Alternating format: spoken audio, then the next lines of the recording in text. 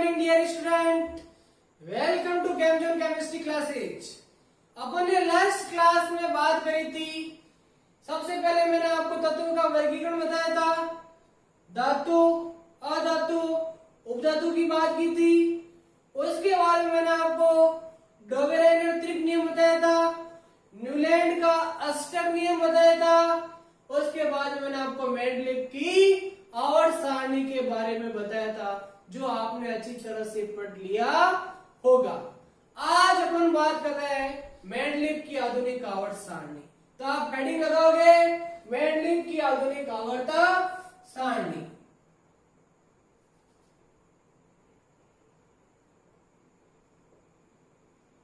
Mendeleev की आधुनिक आवर्त सारणी।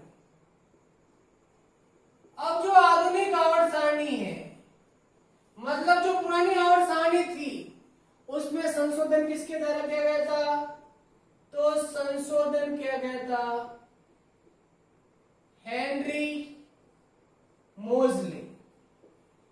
हेनरी मोजले के द्वारा इसमें संशोधन किया गया था।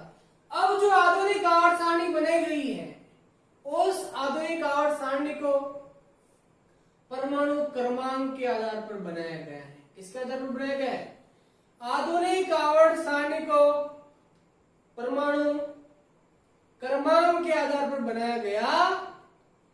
सभी ज्ञात तत्वों को परमाणु क्रमांक के बढ़ते हुए क्रम में व्यवस्थित किया गया है। सभी ज्ञात तत्वों को परमाणु क्रमांक के बढ़ते हुए क्रम में व्यवस्थित किया गया है। और उन्होंने बताया कि तत्वों के भौतिक व रासायनिक गुणधर्म उनके परमाणु क्रमांक के आवर्ती फलन होते। अपन क्या कर रहे हैं? आधुनिक आवर्त सारणी में ज्ञात सभी तत्वों को परमाणु क्रमांक के बढ़ते क्रम में व्यवस्थित किया गया है।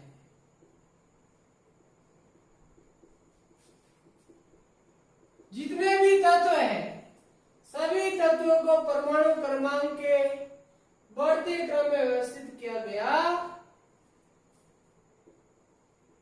इसके अनुसार तत्वों के भौतिक व रासायनिक गुणधर्म, तत्वों के भौतिक व रासायनिक गुणधर्म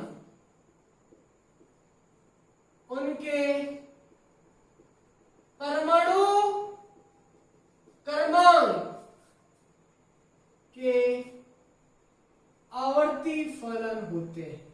क्या होते हैं? पहले जो पुरानी आवर्त सारणी थी ना, वो आपके परमाणु भार के आधार पर थी। लेकिन जो आधुनिक आवर्त सारणी है, उस आधुनिक आवर्त सारणी को परमाणु क्रमांक के आधार पर बनाया गया। तत्वों के भौतिक और रासायनिक गुणधर्म उनके परमाणु क्रमांक के आवर्ती फलन होते। आधुनिक आवर्त सारणी में भी 37 रेखा है, या 37 पंक्तियां है और ऊर्ध्वाधर पंक्तियां है। 37 पंक्तियों को आवर्त कहा गया और ऊर्ध्वाधर पंक्तियों को वर्ग कहा गया। तो अपन क्या कह रहे हैं? इस श्रेणी या सारणी में 37 पंक्तियों को आवर्त कहा गया, आवर्त कहा गया तथा ऊर्ध्वाधर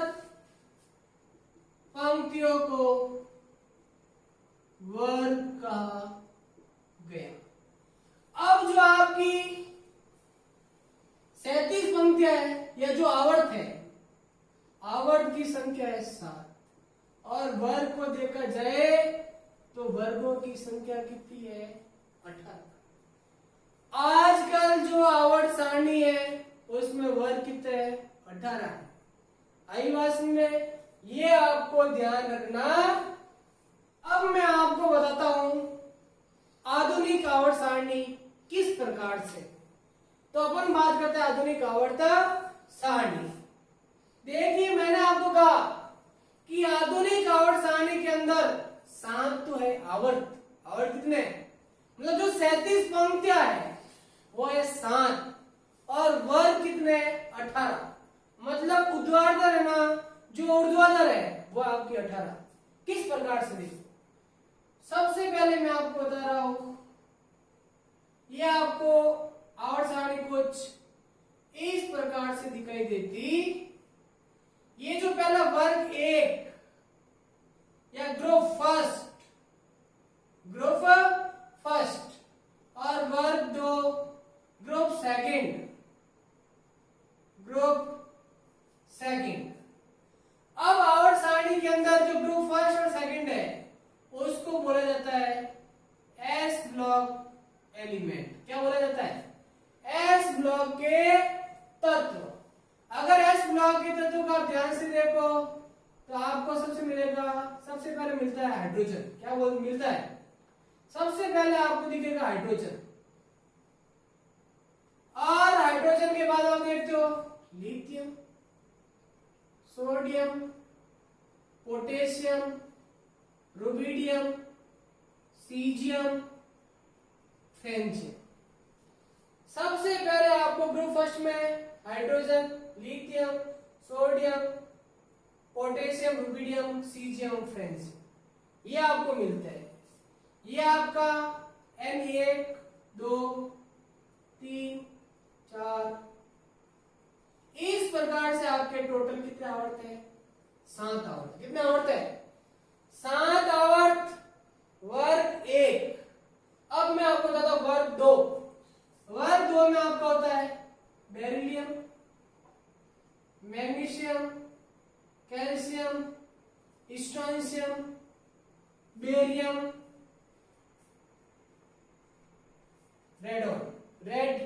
रेडियम। आई बात समझ में? ये आपका कौन सा है? Group second. अब अगर मैं थर्ड की बात करूं तो थर्ड में आपको इस तरह से मिलेगा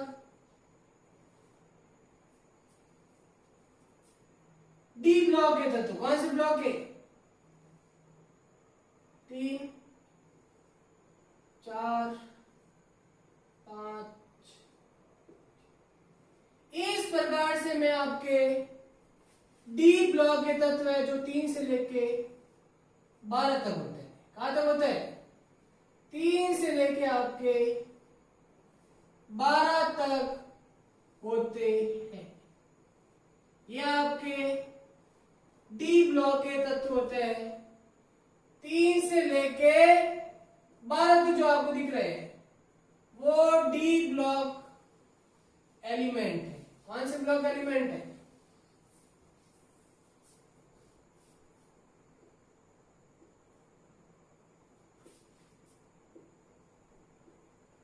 आपको दिख रहा है स्केडियम, titanium, vanadium, chromium, manganese, iron, cobalt, निकल, कॉपर, जिंक। ये 30 तक। कहां तक? 21 से लेके 30 तक आपको डी ब्लॉक की पहली सीरीज 3D दिख रही। क्या दिख रही है? 3D सीरीज होती है। इसके बाद में ये सीरीज है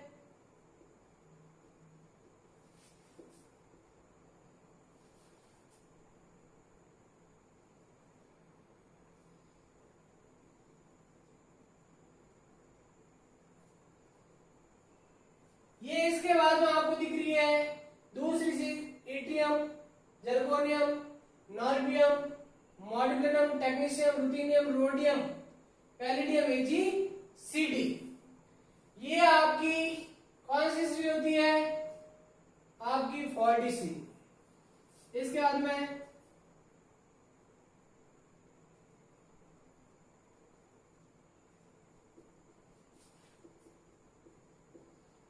ये आपकी 4D सीरीज है। Lanthanum, hafnium, tantalum, tungsten, rhenium, osmium, iridium, platinum और हमारा मरकरी। ये आपकी 3D सीरीज होती है। और जो 4D सीरीज है, नहीं ये आपकी 3D, 4D, 5D और ये चौथी सीरीज मतलब आपकी 6D। अब ये 6D है ना, 6D में जो नए नए तत्वों की खोज हो रही है, उन सभी तत्वों को रखा जा रहा। इसको भी मैं रखना बताऊंगा जब मैं आपको 100 से अधिक परमाणु क्रमांक वाले तत्वों के नामकरण बताऊंगा। उस समय आप आराम से यहाँ रख सकते। अभी इसको ऐसे ही रखो।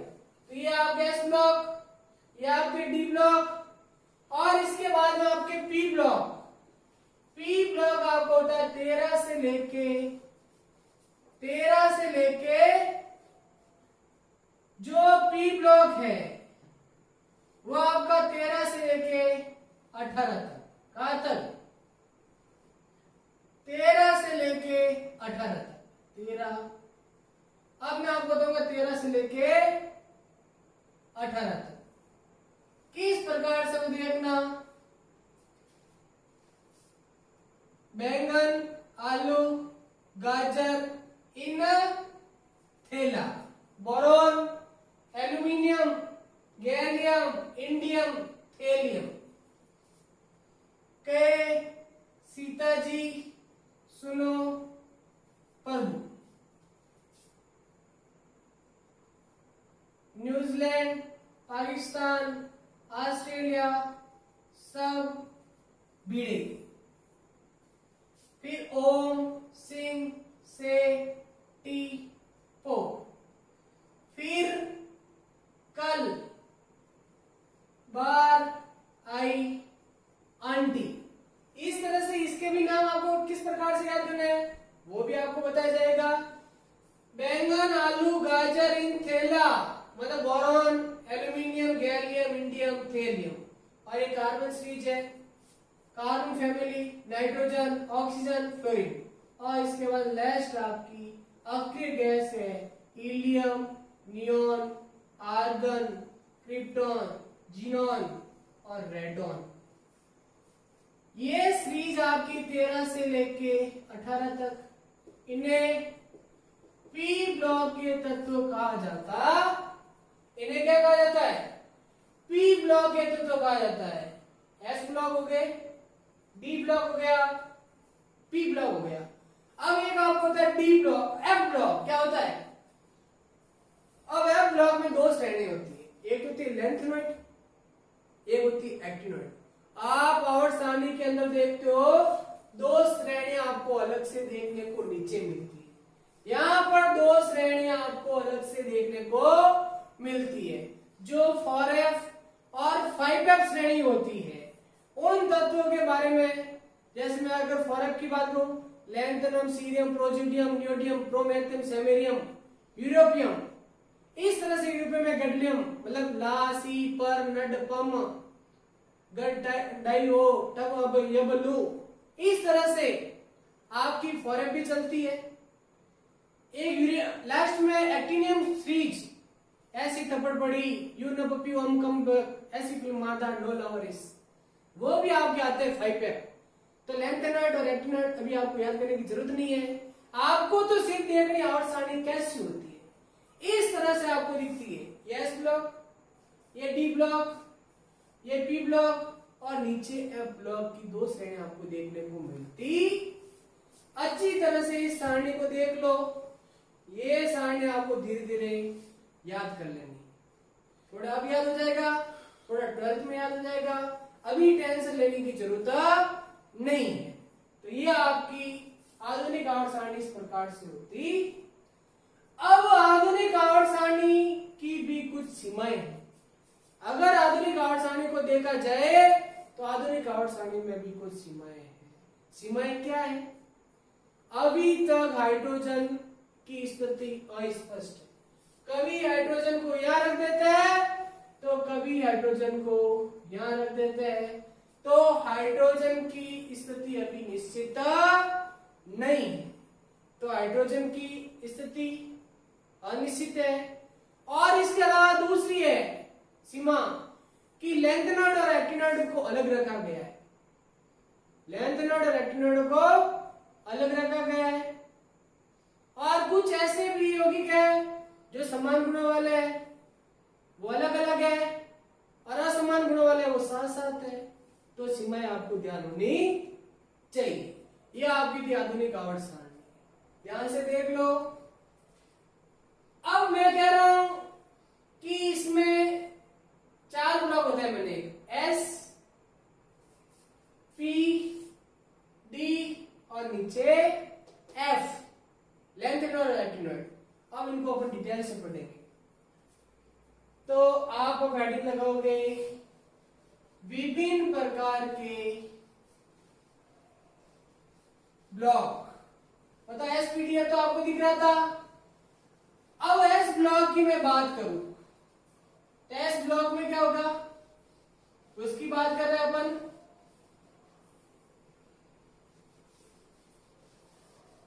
तो अभी मैंने आपको बताया कि एस ब्लॉक के तत्व क्या होते हैं। इधर आपको दिख रहा था एस ब्लॉक, तो आप हेडिंग लगाओगे विभिन्न प्रकार के ब्लॉक। अब ब्लॉक या तत्व ब्लॉक की बात कर रहा हूं, 4 है। एक तो एस ब्लॉक एलिमेंट, एक आपका कौन सा होता है ये पी ब्लॉक एलिमेंट, एक आपका कौन सा है डी ब्लॉक एलिमेंट, और एक आपका कौन सा है एफ ब्लॉक एलिमेंट। अब सबसे पहले एस ब्लॉक एलिमेंट की बात करते हैं। तो बताइए एस ब्लॉक एलिमेंट क्या जाएगा। वे तत्व जिनका अंतिम इलेक्ट्रॉन, कौन सा इलेक्ट्रॉन अंतिम इलेक्ट्रॉन एस कक्षक में प्रवेश करता है।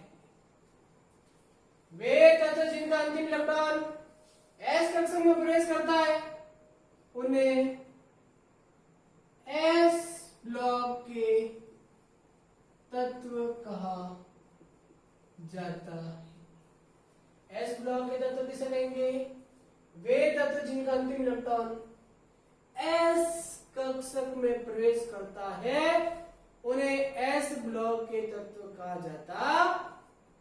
मैंने आपको बताया था कि ये वर्ग 1 व 2 के सदस्य होते हैं।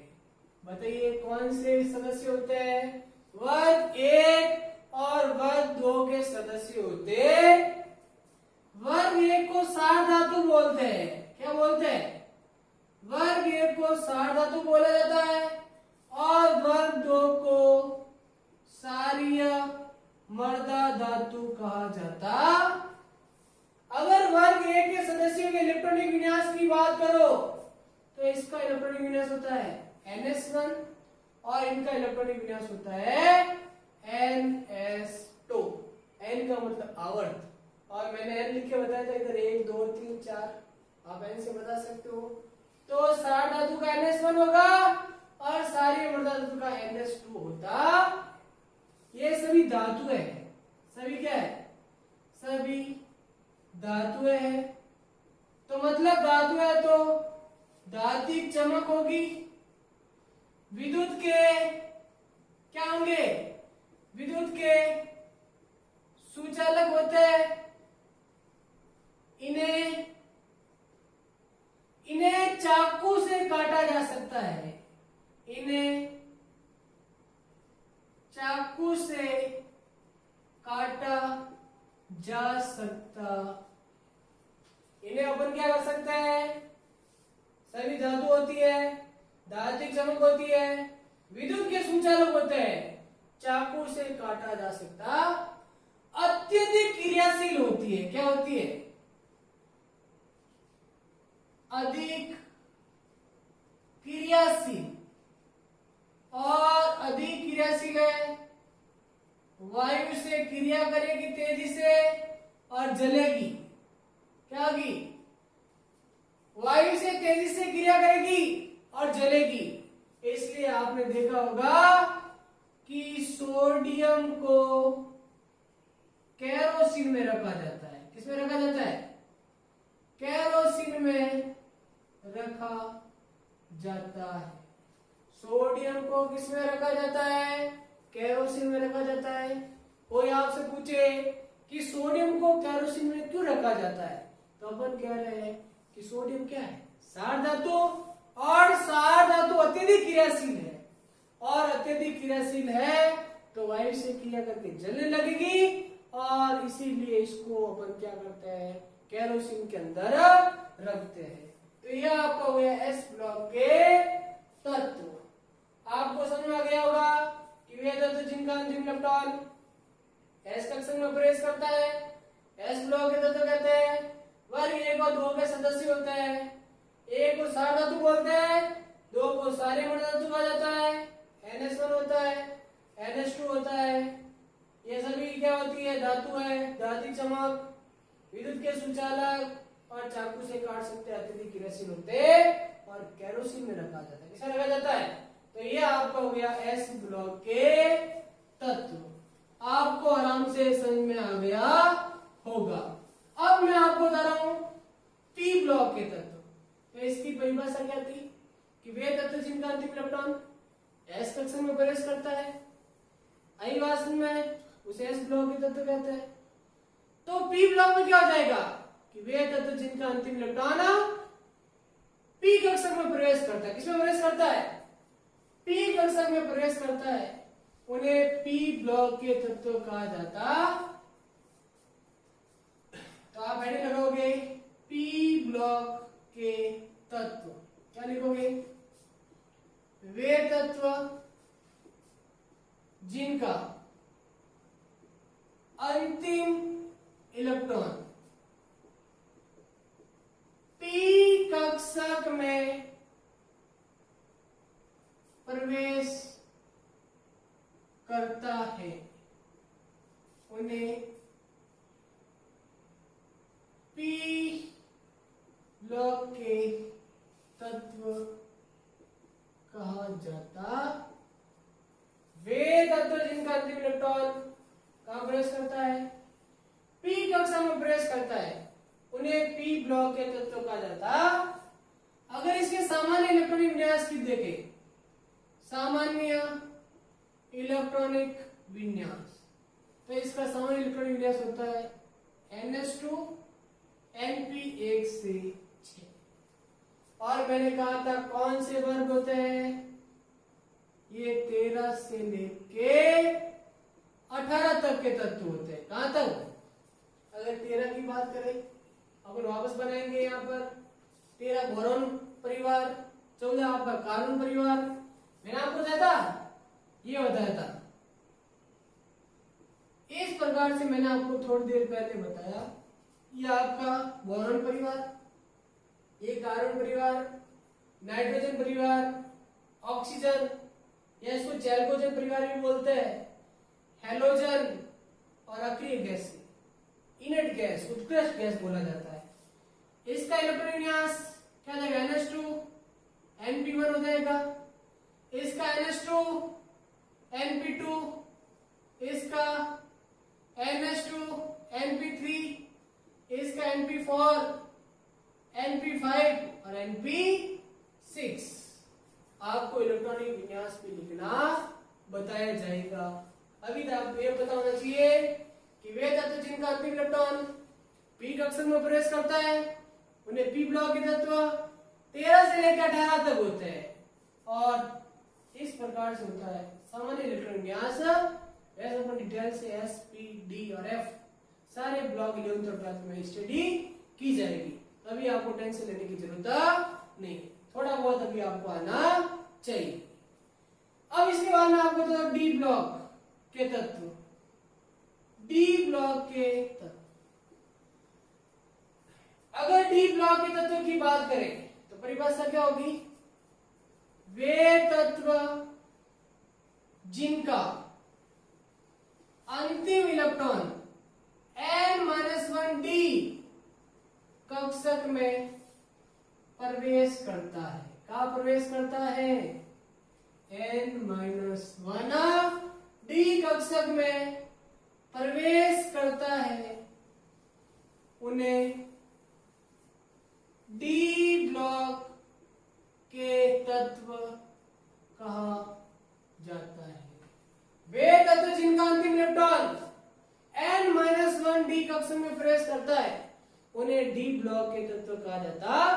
अभी थोड़ी देर पहले मैंने बताया 3 से लेकर 12 तक, तो ये वर्ग 3 से 12 तक के सदस्य होते हैं। कहां से कहां तक के होते हैं? 3 से लेकर 12 तक के सदस्य होते हैं। इन्हें संक्रमण तत्व कहा जाता है। इन्हें क्या कहा जाता है? संक्रमण तत्व कहा जाता है। इन्हें ट्रांजिशन एलिमेंट बोलते हैं। क्या बोलते हैं? इन्हें ट्रांजिशन एलिमेंट या संक्रमण तत्व कहा जाता है। लेकिन Zn Cd Hg को संक्रमण तत्व नहीं कहते। Zn Cd Hg are not consider transition element. इनको संक्रमण तत्व क्यों नहीं बोलते हैं? क्योंकि इनका डी कक्षक पूर्णकुरित होता है। क्योंकि इनका D10 विन्यास होता है। कौन सा विन्यास होता है? पूर्णकुरित विन्यास होता है। कैसा होता है? पूर्णकुरित विन्यास या D10 विन्यास होने के कारण इन्हें कभी भी संक्रमण तत्व नहीं कहा जाता है। आई बात में इसमें 4 श्रेणियां होती है। एक होती है 3D, 4D, 5D, 6D। मैंने आपको थोड़ी देर पहले बताया था स्कीडियम, प्लैटिनम, वैनेडियम, क्रोमियम वाली, एट्रियम, जर्कोनियम वाली बताई थी। मैंने आपको लैंथनम, हैफ्नियम, टैंटलम वाली बताई थी और नीचे वाली एक खाली छोड़ी थी। तो टोटल 4 श्रेणियां होती है, 3D, 4D, 5D और 6D। जब अपन डी ब्लॉक पढ़ेंगे वापस डिटेल से आपको बता दिया। और भी बहुत सारे गुण होते हैं। सभी धातु होती है, अंतरकाशी यौगिक बनाते हैं, मिश्र धातु बनाते हैं, अनुचुंबकीय प्रवृत्ति होती है, रंगीन संकुल बनाते हैं। ये बहुत सारी प्रॉपर्टी होती है। इन सारी प्रॉपर्टी को अपन जब डिटेल से पढ़ेंगे पढ़ लिया जाएगा। अभी आपको सिर्फ ये पता होना चाहिए डी ब्लॉक के तत्व होते क्या है और Zn Cd Hg को संक्रमण तत्व क्यों नहीं बोलते हैं और कहां से कहां तक होते हैं। और इसका सामान्य इलेक्ट्रॉनिक विन्यास अपन देखें तो इसका सामान्य इलेक्ट्रॉनिक विन्यास n-1d 1 से 10 और ns2 होता। यह आपका होता है डी ब्लॉक के तत्व। ये आपको समझ में आ गया होगा। आई बात समझ में। अब मैं आपको बताता हूं नेक्स्ट एफ ब्लॉक के तत्व। एफ ब्लॉक के तत्व क्या होते हैं? तो सबसे पहले अपन एफ ब्लॉक के तत्व की परिभाषा की बात करते हैं। क्या परिभाषा होती है? तो एफ ब्लॉक के तत्व की परिभाषा क्या होगी? F block element. अगर एफ ब्लॉक के तत्व की बात की जाए तो क्या कहेंगे? वे तत्व जिनका अंतिम इलेक्ट्रॉन n-2f